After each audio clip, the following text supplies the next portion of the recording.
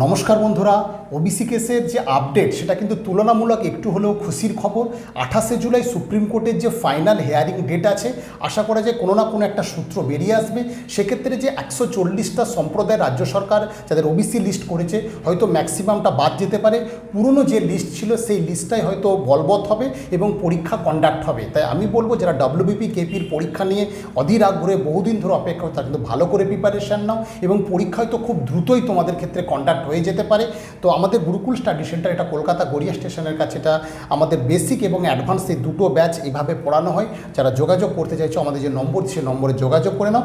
আশা করি ভালো করে প্রিপারেশান নাও এবং সরকার এই পুলিশের কিন্তু রিক্রুটমেন্ট খুব দ্রুতই করবে, কারণ এখানে কিন্তু তাদের সামনে যে 2026-এর ইলেকশন আসছে, সেই ইলেকশন কিন্তু খুব ভাইটাল। তাই বন্ধুরা, কেউ প্রিপারেশান থেকে সরে যাও না, একটু ভালো করে প্রিপারেশান নাও, ঠিক আছে? আর এর ডিটেলস ভিডিও দেখতে চাইলে অবশ্যই গুরুকুল স্টাডি সেন্টার যে ইউটিউব চ্যানেল আছে, তোমরা সেখানে গিয়ে ডিটেলস ভিডিওটা দেখতে